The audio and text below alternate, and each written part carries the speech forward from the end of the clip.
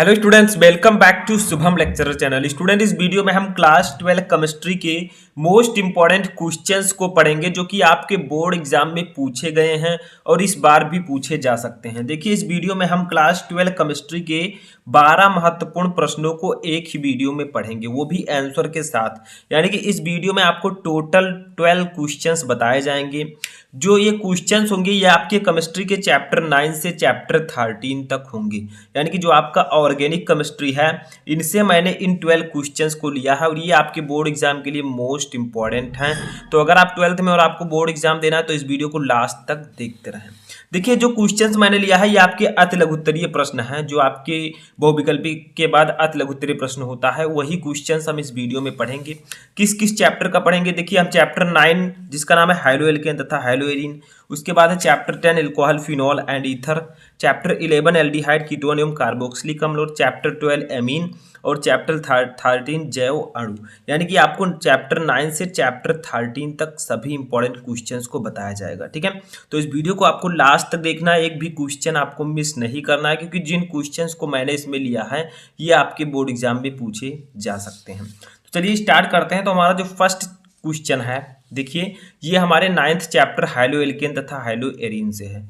Question क्या है कि उड्स अभिक्रिया पर टिप्पणी कीजिए। देखिए, ये एक नेम रिएक्शन है और ये मोस्ट इंपॉर्टेंट है, उड्स अभिक्रिया। ठीक है, ये क्या होती है? तो बहुत ही सिंपल है। देखिए, एल्किल हैलाइड की सोडियम धातु से क्रिया शुष्क ईथर की उपस्थिति में कराने पर एल्केन बनती है और इसी को हम उड्स अभिक्रिया कहते हैं। यानी कि जब हम एल्किल हैलाइड की सोडियम धातु से क्रिया कराते हैं शुष्क ईथर की उपस्थिति में तो एल्केन बनता है, इसी को हम उड्स अभिक्रिया कहते हैं। ठीक है, अब कैसे बनता है चलिए देखते हैं। ठीक है, तो देखिए, एल्किल हैलाइड का फॉर्मूला होता है RX। यहाँ पर R का मतलब क्या है? R का मतलब एल्किल। ठीक है, यहाँ पर R का मतलब क्या है चलिए हम समझते हैं। R जो है ये एल्किल है। अब एल्किल के स्थान पर आपका मेथिल भी हो सकता है, ठीक है, एथिल भी हो सकता है, तो कुछ भी हो सकता है। ठीक है, तो R को हम एल्किल बोलते हैं। X क्या है? X जो हाइड्रोजन ग्रुप के तत्व होते हैं, जैसे फ्लोरीन, क्लोरीन, ब्रोमीन, आयोडीन। ठीक है, ये सब X के स्थान पर लिखे जाएंगे। ठीक है, तो RX, ठीक है, ये आपका एल्किल हैलाइड इसका नाम है। जब इसकी अभिक्रिया हम सोडियम धातु से कराएंगे Na से, ठीक है, किसकी उपस्थिति में हमें कराना है? तो चलिए देखते हैं। हमें कराना है शुष्क ईथर की उपस्थिति में। ठीक है, ईथर की उपस्थिति में। तो देखिए बनेगा क्या, कहा गया है कि एल्केन बनता है, बट यहाँ पर एल्केन कैसे बनेगा? जब आप RX के दो मॉलिक्यूल लेंगे, 2RX plus 2Na that gives out RR plus 2NaX। ठीक है, यानी कि जब एल्किल हैलाइड की क्रिया सोडियम धातु से शुष्क ईथर की उपस्थिति में कराते हैं तो एल्केन बनता है, इसका नाम होगा एल्केन। ठीक है, और आपका क्या बनता है? एल्केन बनता है। इतना समझ में आया? अब इस पर अगर हम लोग अप्लाई करें, जैसे RX के स्थान पर हम क्या लिख दें? देखिए, ये आपका क्या है? ये है एल्किल हैलाइड, एल्किल हाइलाइट। ठीक है, अब चलिए इस पर हम अप्लाई करते हैं। जैसे हम मान लीजिए RX के स्थान पर लिख देते हैं CR के स्थान पर CH3 हमने लिख दिया मेथिल, X के स्थान पर हमने Cl लिख दिया। ठीक है, इसकी क्रिया हमने किससे कराई? सोडियम धातु से कराई। तो देखिए क्या बनेगा। ठीक है, किसकी उपस्थिति में? ईथर की उपस्थिति में। तो यहाँ पर आपका बनेगा, देखिए RR बना था तो R के स्थान पर हमने CH3 लिया, तो यहाँ पर बनेगा CH3 और CH3। ठीक है, प्लस 2Na, X के स्थान पर हमने Cl लिया है तो NaCl। देखिए सेम चीजें हैं दोनों। ठीक है, यहाँ पर मैंने ये बताया कि R एल्किल है, X हैलाइड है। ठीक है, यहाँ पर मैंने रख दिया है, तो ये आपका है मेथिल क्लोराइड। ये क्या है आपका? ये है मेथिल क्लोराइड। ठीक है, इसे हम एल्किल हैलाइड भी कह सकते हैं। ठीक है, ये आपका है सोडियम, ये है आपका एथेन। ठीक है, क्या होगा? दो कार्बन है तो मेथ एथेन, ये है सोडियम क्लोराइड। ठीक है, तो यही कहा गया है कि जब एल्किल हैलाइड की क्रिया सोडियम धातु की उपस्थिति में शुष्क ईथर की उपस्थिति में सोडियम धातु से कराते हैं तो एल्केन बनता है। यहाँ पर एल्केन बना, यहाँ पर आपका एथेन बना, एथेन ही एल्केन है। ठीक है, समझ में आ गया? चलिए नेक्स्ट क्वेश्चन देखते हैं। अब देखिए हमारा दूसरा क्वेश्चन जो है ये हमारा फर्स्ट चैप्टर से, ये 9 चैप्टर से, क्लोरोफॉर्म को प्रकाश एवं वायु के प्रभाव से बचाने के लिए कौन सी सावधानियां बरती जाती हैं। यानी कि क्लोरोफॉर्म जिसका फॉर्मूला होता है CHCl3, इसको आप प्रकाश एवं वायु से बचाने के लिए कौन सी सावधानियां करेंगे, कैसे बचाएंगे। अब इसके लिए सबसे पहले आपको ये जानना जरूरी है कि क्लोरोफॉर्म को प्रकाश एवं वायु से बचाया क्यों जाता है। ठीक है, तो देखिए क्लोरोफॉर्म को प्रकाश एवं वायु से इसलिए बचाया जाता है क्योंकि प्रकाश की उपस्थिति में एक अत्यंत विषैली गैस O2 वायु की उपस्थिति में ये अत्यंत विषैली गैस का निर्माण करती हैं जिसका नाम है फास्जीन। ठीक है, इसीलिए हम क्लोरोफॉर्म को प्रकाश एवं वायु से बचाते हैं। लेकिन कैसे बचाएंगे, देखिए क्लोरोफॉर्म को आप रंगीन बोतलों में रख दीजिए या काले कागज में लपेट कर या अंधेरे में या मुंह तक भर कर तथा 1% C2H5 की कुछ बूंदें मिलाकर रखना चाहिए। देखिए आपके पास कई उपाय हैं। आप चाहें तो क्लोरोफॉर्म को रंगीन बोतल में रखकर प्रकाश एवं वायु से बचा सकते हैं, काले कागज में लपेट कर भी बचा सकते हैं, अंधेरे में रखकर भी बचा सकते हैं और 1% एथिल अल्कोहल की कुछ बूंद मिलाकर भी आप इसे रख सकते हैं ताकि ये प्रकाश एवं वायु की उपस्थिति में ना जा पाए और फास्जीन गैस ना बने। ठीक है, समझ में आया, तो इतनी चीजें आप लोग कर सकते हैं। नेक्स्ट जो हमारा क्वेश्चन है वो हमारे 10 नंबर चैप्टर से है, अल्कोहल, फिनॉल एंड ईथर से। क्वेश्चन क्या है कि क्या होता है जब मेथिल अल्कोहल एसिटिल क्लोराइड के साथ अपक्रिया करता है। यानी कि जब मेथिल अल्कोहल एसिटिल क्लोराइड के साथ अपक्रिया करता है तो क्या बनता है। तो देखिए मेथिल अल्कोहल एसिटिल क्लोराइड के साथ क्रिया करके मेथिल एसीटेट बनाता है। ठीक है, देखिए मेथिल अल्कोहल का फॉर्मूला क्या होता है CH3OH। ठीक है, इसकी अभिक्रिया हमें करानी है किससे, देखिए मेथिल अल्कोहल एसिटिल क्लोराइड का फॉर्मूला होता है CH3COCl। ठीक है, अब इसकी अभिक्रिया हमने करा दी तो देखिए बनेगा क्या, यहाँ पर बनेगा आपका CH3। देखिए CH3 यहाँ से CO और O ले लेते हैं तो हमारा हो जाएगा COO और ये वाला CH3 हम यहाँ पर एडजस्ट कर देते हैं। अब देखिए आपके पास बचा क्या, आपके पास बचा H और Cl, तो HCl हमारा यहाँ पर हो जाएगा। ठीक है, तो आप कह सकते हैं कि जब मेथिल अल्कोहल की एसिटिल क्लोराइड के साथ अपक्रिया कराते हैं तो मेथिल एसीटेट बनता है। इसका नाम मेथिल एसीटेट ठीक है बनता है। ये क्या है, मेथिल अल्कोहल, ये है एसिटिल क्लोराइड।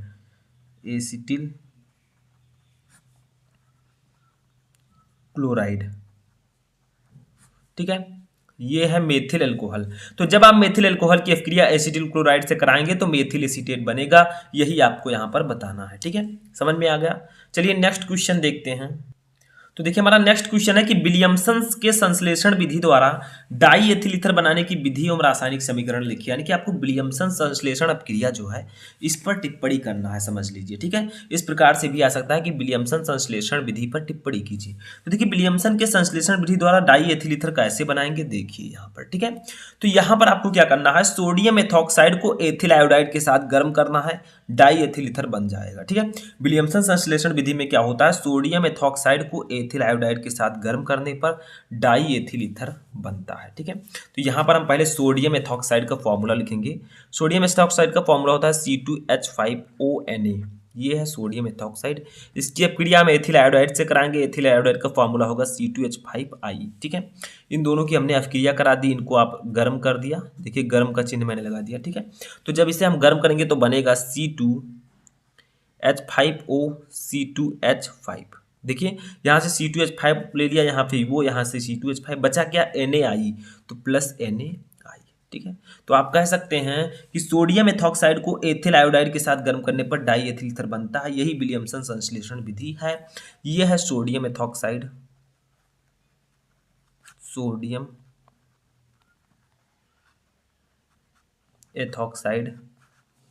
ये है एथिल आयोडाइड। ठीक है, ये क्या है, डाई एथिल ईथर। ठीक है, तो आप लोग इस प्रकार से विलियमसन संश्लेषण विधि द्वारा डाई एथिल ईथर बना सकते हैं। ठीक है, नेक्स्ट क्वेश्चन चलिए देखते हैं। नेक्स्ट क्वेश्चन हमारा है कि प्रयोगशाला में फिनॉल बेंजीन डायज़ोनियम क्लोराइड, यानी कि प्रयोगशाला में फिनॉल बनाने की विधि का रासायनिक समीकरण लिखिए। यानी कि हम प्रयोगशाला में फिनॉल कैसे बना सकते हैं ये आपको बताना है। तो देखिए प्रयोगशाला में फिनॉल बेंजीन डायज़ोनियम क्लोराइड के जलीय विलयन का भाप आसवन करके बनाया जाता है। यानी कि प्रयोगशाला में अगर हमें फिनॉल बनाना है तो बेंजीन डाई एजोनियम क्लोराइड के जलीय विलयन का भाप आसवन हमें करना होगा, यानी कि इसकी अपक्रिया हमें जल के भाप से करानी होगी। ठीक है, तो यहाँ पर हम लिखते हैं पहले बेंजीन डाई एजोनियम क्लोराइड का फॉर्मूला। तो बेंजीन डाई एजोनियम क्लोराइड का फॉर्मूला होता है C6H5N2Cl।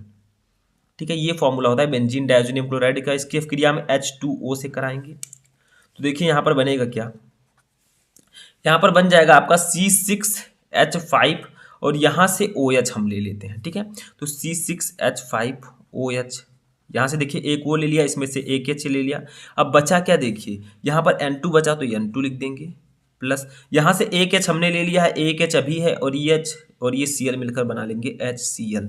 तो जब हम बेंजीन डाइअज़ोनियम क्लोराइड का भाप आसवन कराएंगे तो फिनॉल बनेगा। ठीक है, तो ये क्या है, ये है बेंजीन डाइअज़ोनियम क्लोराइड, बेंजीन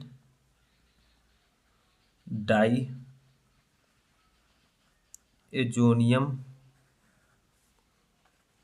क्लोराइड। ठीक है, ये क्या है, ये आपका है फिनॉल। ठीक है, बस इसी प्रकार से आपको बनाना है। ये है नाइट्रोजन, ये है हाइड्रोक्लोरिक एसिड। समझ में आ गया। चलिए नेक्स्ट क्वेश्चन देखते हैं। तो देखिए नेक्स्ट क्वेश्चन जो हमारा है वो हमारे 11 नंबर चैप्टर से एल्डिहाइड कीटोन एवं कार्बोक्सिलिक अम्ल। क्वेश्चन है कि फॉर्मेलिन क्या है, इसके उपयोग लिखिए। फॉर्मेलिन क्या होता है, देखिए फॉर्मेलिन जो है वो फॉर्मेल्डिहाइड का जलीय विलयन होता है। जो फॉर्मेल्डिहाइड है HCHO, इसका जलीय विलयन होता है फॉर्मेलिन। ठीक है, तो फॉर्मेल्डिहाइड का जलीय विलयन होता है जिसमें फॉर्मेल्डिहाइड की अधिकतम सांद्रता 40% तक होती है। यानी कि फॉर्मेलिन जो है वो फॉर्मेल्डिहाइड का जलीय विलयन है जिसमें फॉर्मेल्डिहाइड की अधिकतम मात्रा 40% होती है। यह विलयन मृत जीवों के परिरक्षण में प्रयुक्त होता है, यानी कि जब जीव मर जाते हैं तो उनको कुछ दिन ताज़ा रखने के लिए इसका उपयोग किया जाता है। ठीक है, समझ में आ गया।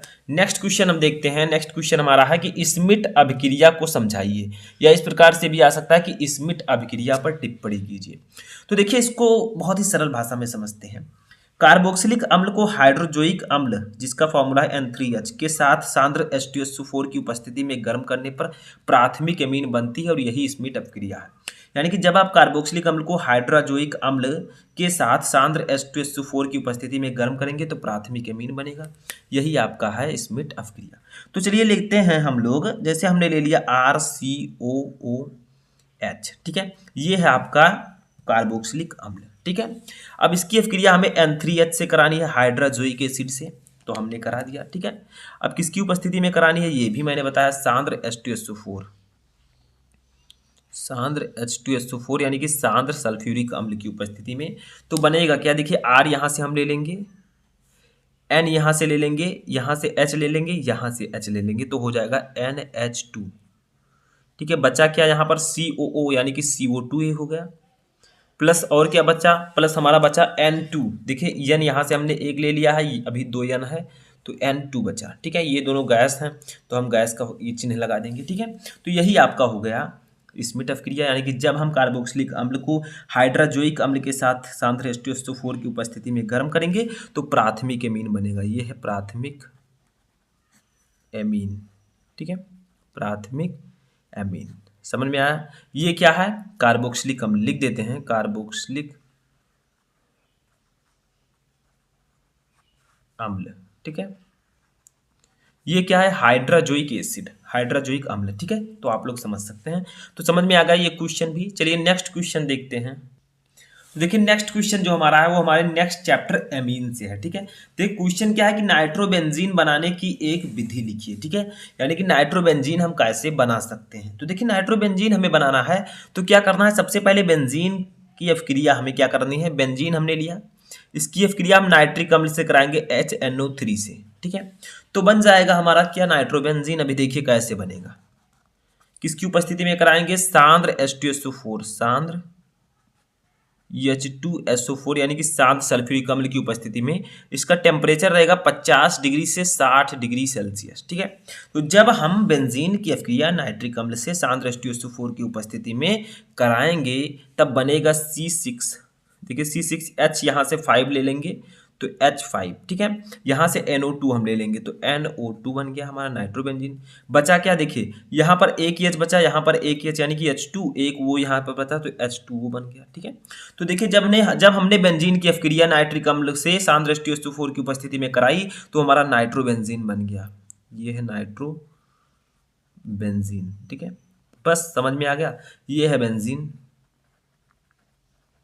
ये है नाइट्रिक अम्ल, ठीक है। समझ में आ गया, बस सिंपल सा है। इसको हम नाइट्रिक अम्ल लिख देते हैं, नाइट्रिक अम्ल, ठीक है। समझ में आया, तो इसी प्रकार से आपको कराना है। नेक्स्ट हमारा है कि नाइट्रोबेंजीन के उदासीन माध्यम में अपचयन की अभिक्रिया लिखिए। यानी कि नाइट्रोबेंजीन के उदासीन माध्यम में अपचयन की अभिक्रिया कैसे होती है, तो देखिए कैसे अपचयन होता है। तो यहाँ पर हम नाइट्रोबेंजीन का फॉर्मूला लिखेंगे C6H5NO2, ठीक है। इसका हमने फॉर्मूला लिखा।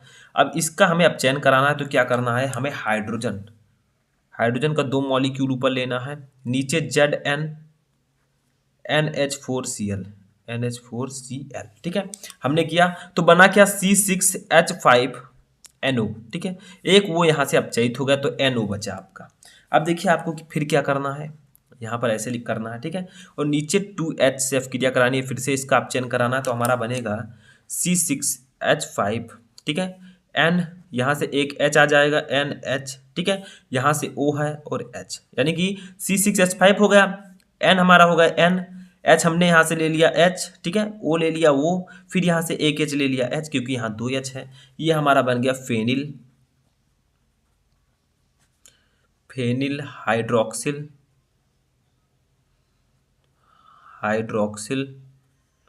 फेनिल हाइड्रोक्सिल एमीन, ठीक है, एमीन। समझ में आ गया। तो जब हमने नाइट्रोबेंजीन की अपक्रिया हाइड्रोजन से इसका अपचयन करा NH4Cl की उपस्थिति में, NH4Cl क्या है, व्यंजक चूर्ण यानी कि नवसाधर, ठीक है। तो हमारा क्या बना, C6H5NO बना। फिर इसका हमने अपचयन कराया हाइड्रोजन से तो बना हमारा फेनिल हाइड्रोक्सिल एमीन, ठीक है। समझ में आ गया। चलिए नेक्स्ट क्वेश्चन देखते हैं। तो देखिए जो हमारा नेक्स्ट क्वेश्चन है, हमारा लास्ट चैप्टर जो 13 चैप्टर हमारा है जैव अणु, ठीक है, इस चैप्टर से है। 10 नंबर क्वेश्चन है कि कार्बोहाइड्रेट को परिभाषित कीजिए। कार्बोहाइड्रेट क्या होते हैं, तो देखिए कार्बोहाइड्रेट होते क्या है, कार्बोहाइड्रेट ध्रुवर घूर्णक पॉलीहाइड्रोक्सी एल्डिहाइड या कीटोन होते हैं। यानी कि जो कार्बोहाइड्रेट हैं वो ध्रुवर घूर्णक पॉलीहाइड्रोक्सी एल्डिहाइड या कीटोन होते हैं, जिसमें बहुत सारे एल्डिहाइड और कीटोन जुड़े रहते हैं, या वे पदार्थ होते हैं जो जल अपघटित होकर मोनोसैकेराइड के कई अणु देते हैं। तो दो डेफिनेशन आप लोग कह सकते हैं, एक तो ये कि कार्बोहाइड्रेट ध्रुवर घूर्णक पॉलीहाइड्रोक्सी एल्डिहाइड या कीटोन होते हैं, या फिर आप कह सकते हैं वे पदार्थ जो जल अपघटित होकर मोनोसैकेराइड के कई अणु देते हैं वो कार्बोहाइड्रेट कहलाते हैं, ठीक है। इसका उदाहरण समझते हैं। उदाहरण में तो आपको पता ही होगा कौन कौन से उदाहरण, जैसे ग्लूकोज हो गया, ग्लूकोज, ठीक है, सुक्रोज, स्टार्च, ये सब आपके कार्बोहाइड्रेट हैं, ठीक है। उसके बाद में 11 नंबर क्वेश्चन है कि मोनोसैकेराइड क्या होते हैं, व्हाट इज मोनोसैकेराइड। ये कार्बोहाइड्रेट का पार्ट है, ठीक है, प्रकार। तो मोनोसैकेराइड क्या होते हैं, वे कार्बोहाइड्रेट जो छोटे अणुओं में जल अपघटित नहीं हो सकते मोनोसैकेराइड कहलाते हैं। यानी कि ऐसे कार्बोहाइड्रेट जो छोटे अणुओं में जल अपघटित नहीं हो सकते वे मोनोसैकेराइड कहलाते हैं, ठीक है। इसका भी उदाहरण देखते हैं, एग्जाम्पल। तो इसका एग्जाम्पल जैसे आपका ग्लूकोज इसमें भी आ गया, ठीक है, ग्लूकोज, फ्रक्टोज, उसके बाद में ट्रायोस, ये सब आपके मोनोसैकेराइड हैं, ठीक है। समझ में आ गया। तो बहुत ही इंपॉर्टेंट क्वेश्चन है, इनको आपको तैयार कर लेना है। चलिए लास्ट क्वेश्चन अपना देखते हैं 12 नंबर। तो देखिए हमारा लास्ट क्वेश्चन है कि एमिनो अम्ल तथा प्रोटीन को परिभाषित कीजिए। व्हाट इज एमिनो अम्ल और प्रोटीन, दोनों को आपको बताना है। तो देखिए एमिनो अम्ल पहले देखते हैं, वे यौगिक जिनमें एक या अधिक एमिनो समूह तथा एक या अधिक कार्बोक्सिलिक समूह होते हैं एमिनो अम्ल कहलाते हैं। यानी कि ऐसे यौगिक जिनमें एक या अधिक एमिनो समूह या एक या अधिक कार्बोक्सिलिक समूह हो वो एमिनो अम्ल कहलाते हैं।